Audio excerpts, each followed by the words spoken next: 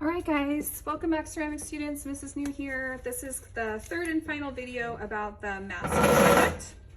And we are going to wrap up our mask project with talking about texture and adding texture. So you can see my mask looks a little different than the last video. The first thing I did is I went in with my wet paintbrush and I really smoothed everything out and made sure all the nose and the lips and the eyes and the things that I added before were all well blended on there, and that the base was looking really smooth. The base and the face were looking really smooth.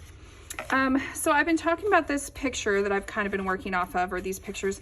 And at this point, what I want to say is that when you get to a certain point, I want you to take whatever visual reference you're using and get rid of it, okay? Here's why. I could sit here and stare at this and realize that mine doesn't look exactly like that. But you know what? I'm not going to stress about it. I'm not going to worry about it because no one's going to see this picture. So I'm going to get rid of this for now. I'm going to set it aside. And now this is my design, right? This is my interpretation of what I'm trying to do. No one's going to see that photo. And at some certain point, I want you to sort of set aside your visual reference because it's going to take on a life of its own, and you need to honor that and just be there for it and work with what you have, okay, once you get to a certain point. So what I did, just to talk about what I've been doing so far, I rolled out a bunch of slabs that are relatively thin. I did do a texture mat on it, and then I used some cookie cutters to cookie cutter out some of these leaf shapes. So let me show you the cookie cutters that I have. And again, for added texture, before I cut out these slab shapes, I did a texture mat on them.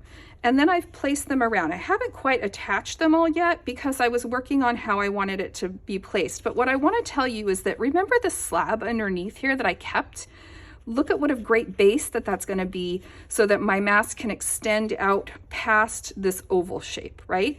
And I've got some structure under here to support the things that I'm putting on. Now, maybe yours isn't going to have slab shapes. Maybe yours is going to have coils. Let's see. Here's the one where the student used more coils on their mask to make different things, okay?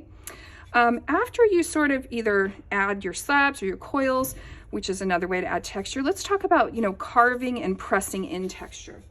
So I've popped out a lot of different shapes, and now I want to think about what can I carve in or press in. So you guys know that good tools for carving, loop tools, right? The little baby loop tools or the smaller loop tools with different tips. This could work really well for carving. And also back to those little metal stamps. These work great for, adding patterns around the eyes or, in different parts.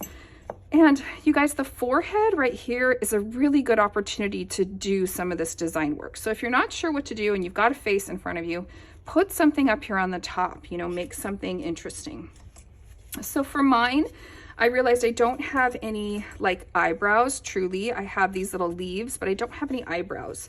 So I'm gonna go ahead, and my clay is probably a little too soft to do this. So you'd be doing this on day 3, but I'm gonna go ahead and just use my baby loop tool, and I'm gonna add some carved in texture for the eyebrow design. Okay, so I'm just gonna give it some little furry eyebrows. Are they furry or are they leafy? I don't know. He's supposed to be a leaf man, so I guess they're leafy. Okay, I'm feeling kind of good about that. And again, I'd probably wait till this is more leather hard. I just smoothed it out. Other things I could do. Down here, I do have a little bit of room, so maybe underneath the eyes, maybe I want to do some stamping or some pattern work under here. Ooh, that looks kind of cool. So what I'm saying is I really want you to fill it up with some sort of texture or design. What you don't want is a mask that's, kind of boring. This is really wet, so I better stop, but you get the idea. You don't want a mask that's kind of boring, right? If anything, you want it to be a little extra and over the top. So I would go through now and I'm gonna slip and score all my leaves on. In fact, I might layer and add a few more leaves. I might do a little bit more carving. I could even do some fine tuning, maybe adding things like, little wrinkles to the nose or something like that. Could be kind of fun. I could add, I don't know, even wrinkles to the lips might be kind of neat. So whatever you want to do. And then for the very last step, I do need to put 2 holes in it for hanging. So the holes need to go kind of in the temple areas. And for mine, I probably actually want to make the holes before I attach these leaves because I need to get to the base here. You're going to find the hole punches. Find, I would say, either this size or this size, so kind of a medium large size. And I'm going to go ahead and using a ruler or straight edge, I just have a paintbrush here, so I guess I'll use that to try to help me be my guide. But you want your holes to be even. I'm not going to do that. I'm going to grab a ruler because I got to make it even if I'm going to do it. So try to use your straight edge, try to look down and make your holes, you know, relatively even. And it might even be a good idea to just kind of mark them. Don't put the holes too close to the edge. So really kind of get in there and see what you're doing. So here's my hole right there. So I'm not too close to the edge, but I am going to go ahead and just push in, give that a turn, and pop that out. Okay, I think this is a perfect size for this. Take that little plug of clay out of there. Make sure this looks even on the other side and put a hole in there too. Now, because mine is on a plastic form, the other thing I'm going to need to do is make sure that I get the form out from under it before it gets bone dry.